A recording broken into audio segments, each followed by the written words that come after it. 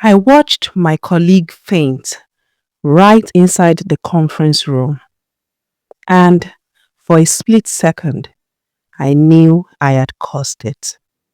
That moment still haunts me. Not because I pushed her physically, no, but because deep down I had been quietly, cleverly, and shamelessly trying to push her out of her own life. Alright, let me start from the beginning. My name is Tolu, a 27-year-old marketing executive in Lagos, where traffic can humble you faster than life lessons. When I joined the company, I was sharp, confident, and very ready to blow. You know that energy? The I didn't come here to play kind. Then I met Amaka. Amaka was annoyingly good. Not loud, not dramatic, just quietly excellent. Clients loved her. Bosses trusted her. Even the office gateman greeted her like she owned the building. Meanwhile, I was here doing full packaging, fine outfits, perfect presentations, and still struggling to get half our recognition. One day, during lunch, someone said, if there's anyone likely to become the next team lead, it is Amaka.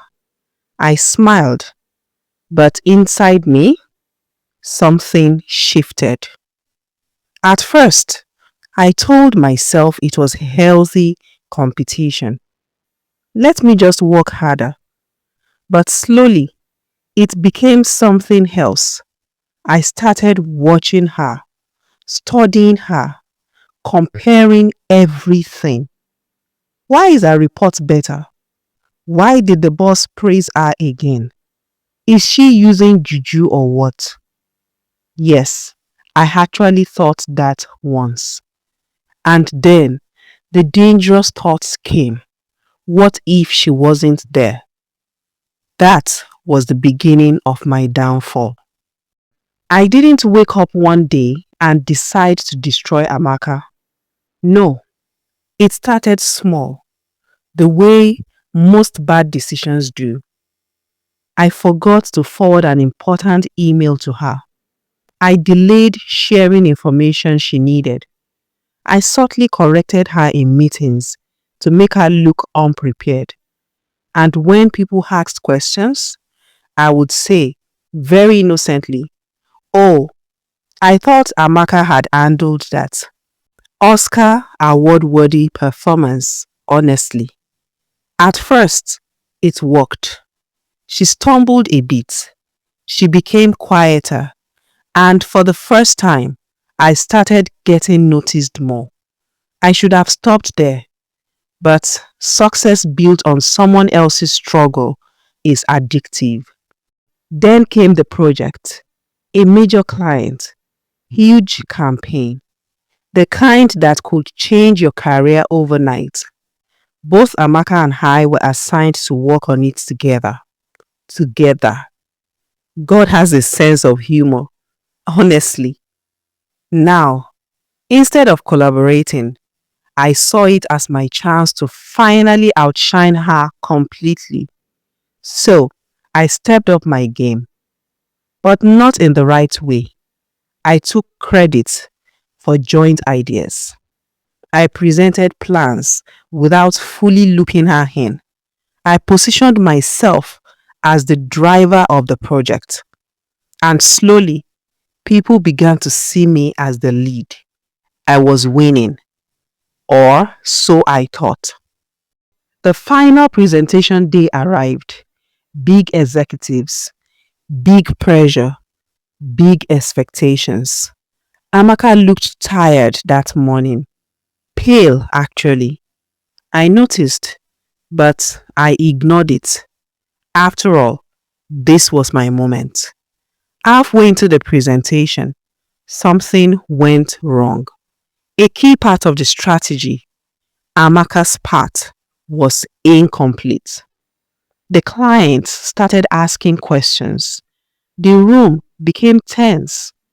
Amaka tried to respond, but her voice was shaking.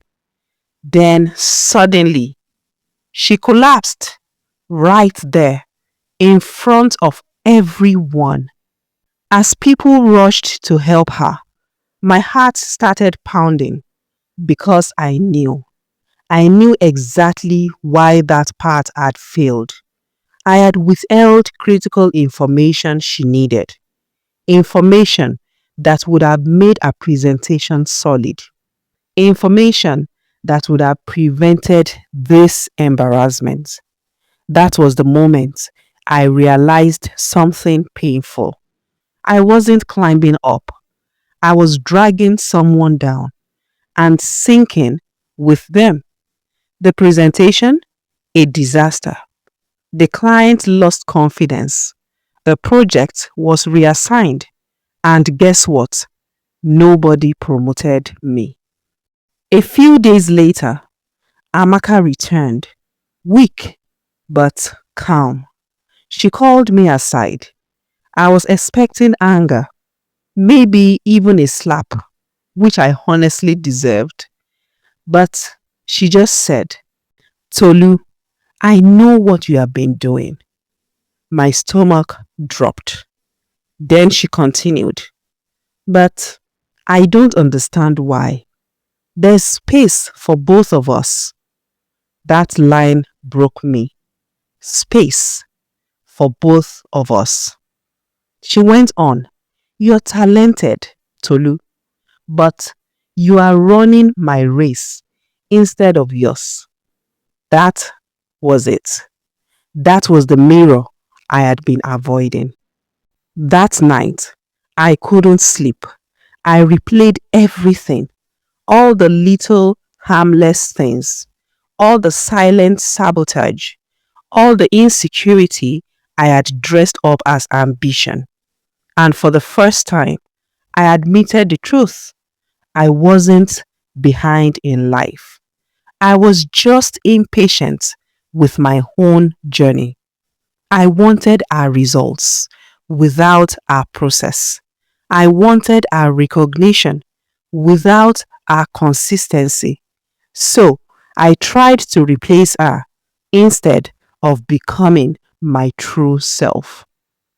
The next day, I did something very difficult. I apologized. No excuses. No, but you know how work is. Just, I'm sorry, I was wrong. Then I changed. Not overnight, but intentionally. I focused on improving my own skills. I collaborated genuinely.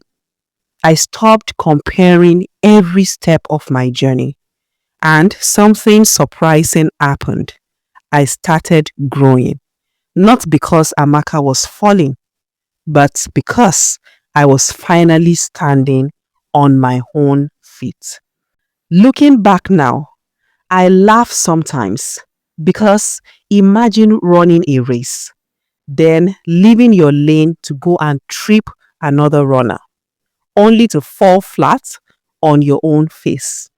That was me. Here's what I learned. Pulling others down doesn't lift you up. Trying to replace someone else delays your own destiny. Everyone has their own timing. No be who run pass, reach first. Now who run well. Life is not who wins Amaka. It is who becomes the best version of themselves. If you're watching this and you find yourself constantly comparing, competing, or secretly wishing someone would fail, pause. Check your heart.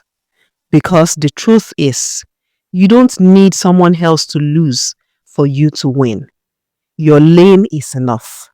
Your pace is valid. Your journey is yours.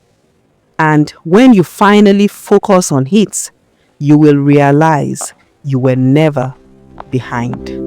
We hope that you enjoyed this story. If that is so, like and share this video. We would love to read from you. So, leave a comment in the comment section about the lessons you have learned from this video. Please subscribe to this channel too. Thank you for watching this video. Bye bye.